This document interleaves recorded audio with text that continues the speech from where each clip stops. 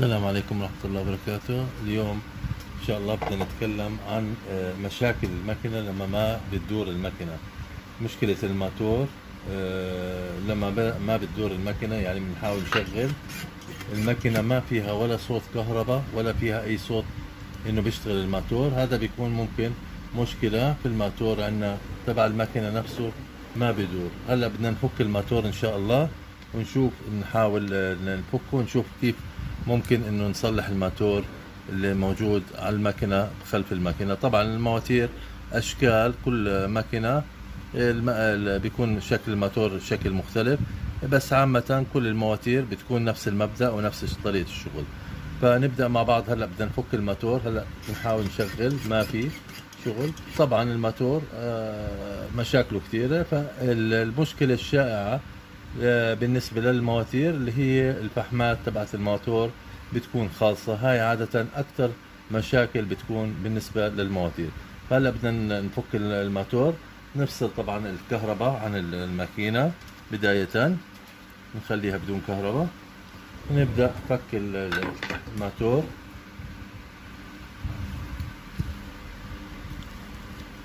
هاي فكينا الموتور.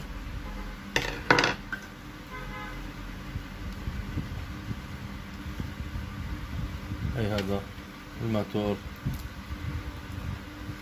نحرره من الإشارة، وهذا الماتور تبع الماكينة اللي موجود على الماكينة. طبعا أشكال المواتير بتكون أشكال مختلفة، ممكن الشكل هذا، ممكن أي شكل ثاني. عادة بيكون في له مكانين للفحمات الماتور. هاي هون بتكون متواجدة فحمات الماتور. هاي الفحمات بتكون عادة منتهية للفحمات. هلا بنشوف، بنحاول نفك الماتور، نشوف كيف الوضعية تبعت الفحمات. بسم الله.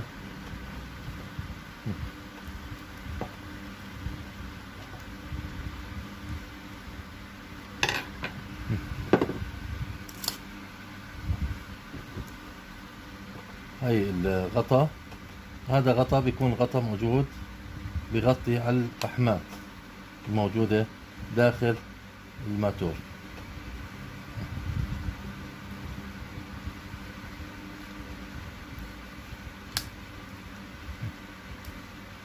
هاي الفحمة مبينة المنطقة هاي.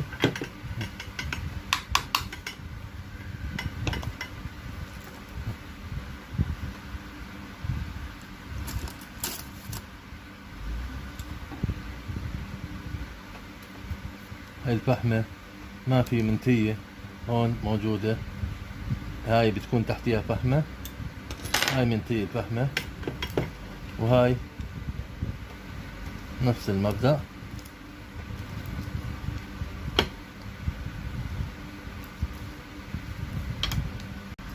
هلا بالنسبة للفحمة الثانية، هاي الفحمة الثانية نشيل الغطاء، هنلاقي برضو الفحمة الثانية هون موجودة.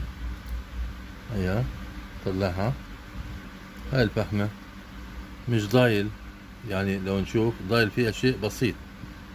الفحمة الجديدة بتكون كاملة هيك، هذه مش ضايل فيها شيء، يعني خالصة تقريبا. هاي الفحمة الجديدة بتكون بالمنظر هاي كاملة كلها بالوضعية هاي. نيجي بنركب الفحمة هاي في المجرى تبعها. نراعي انه لما نركب الفحمة تدخل بانسياب في المجرى تبعها بدون ما تكون داخلة حشر، يعني ما لازم تكون داخلة في المجرى تبعها محشورة حشر. لازم لما نيجي نركبها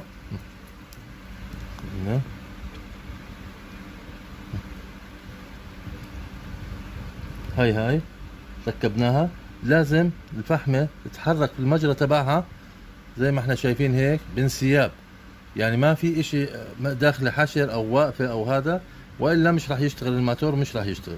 وبعدين نيجي بنسكر عليها الغطاء تبعها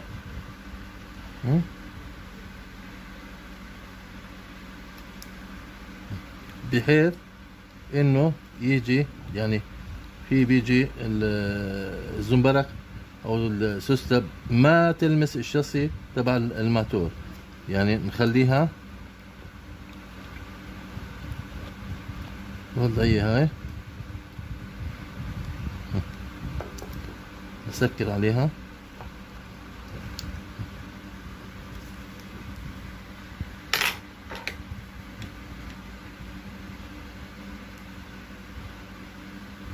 هاي هي احنا سكرنا، هاي سكرنا عليها الغطاء هيك زي هاي. والناحية الثانية نفس الشيء، نشوف نتأكد إذا في شيء داخل الفحمات موجودة أو إشي قديمة أو شغلة. إذا موجود أي إشي نخرجه، لأنه هذه المنطقة ما طلع الفحمات ما خرجت منها، ظلت موجودة جوا. بس بحاول في تحت هاي في البوبين موجود، احاول اني ما اخدش البوبين اللي موجود تحت في مجرى الفحمات هاي من تحت. احاول اي فحمات اشي قديمة افتفتها عشان اعرف اخرجها.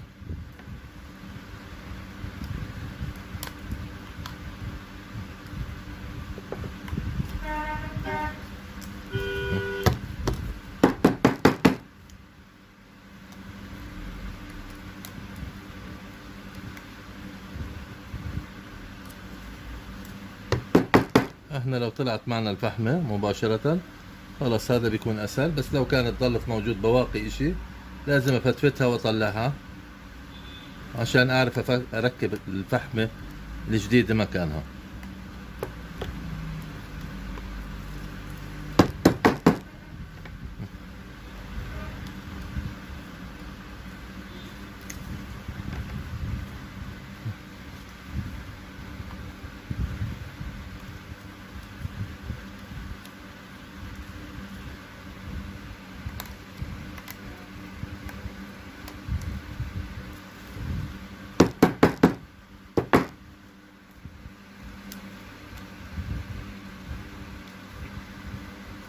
هلا نتأكد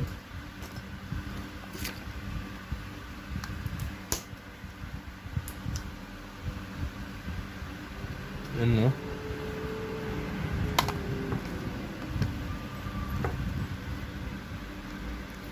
ضايل شيء.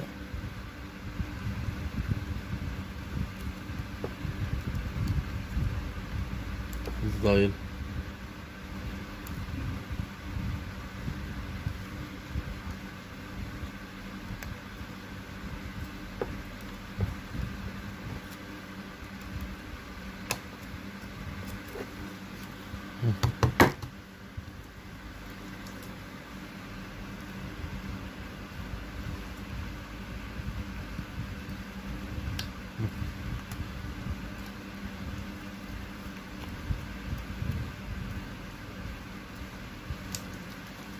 طبعا. هاي زي ما قلنا نحاول ما نوصل لتحت نخبط في البوبين او شيء عشان ما يتخدش البوبين معنا.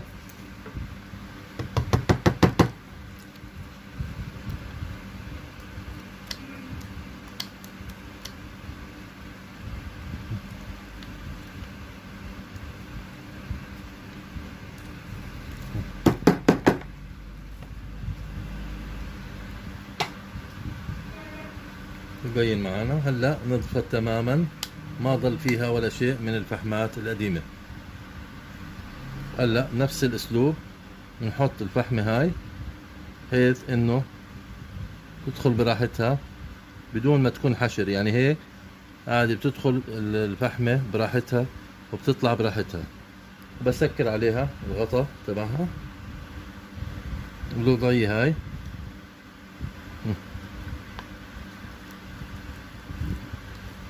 هذا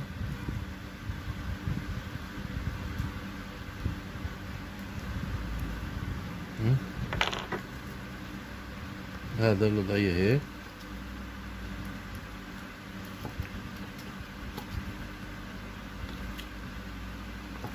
هلا نشوف نشغل الماتور لحاله بدون ما نركب على الماكينة الأول.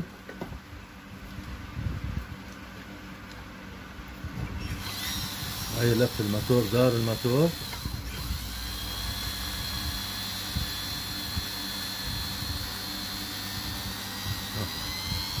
قبل ما اخذ سرعته الماتور.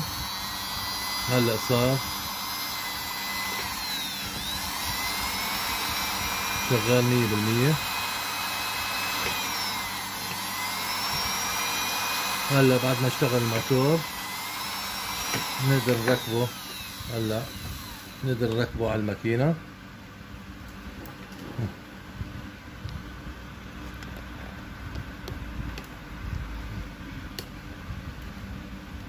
خلينا نشوف الوضع. ماكينة، هاي الماتور. طبعا هذه طريقة كمان تركيب الماتور. عشان اللي ما بيعرف يركب الماتور، بركب الماتور بالبرغي بس بيكون هون. هذا الإشارة حسب ما بدنا، برفع وبنزل الماتور على هواء الإشارة، هذا إنه ما يكون مشدود كتير ولا يكون راخي كتير البرغي. ومنشد البرغي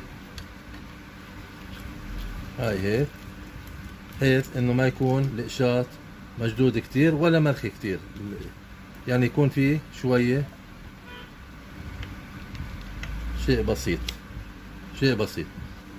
نلفها نلاقي الماكينة صارت تدور معنا هيك. نكون حلينا مشكلة الكهرباء في الماكينة.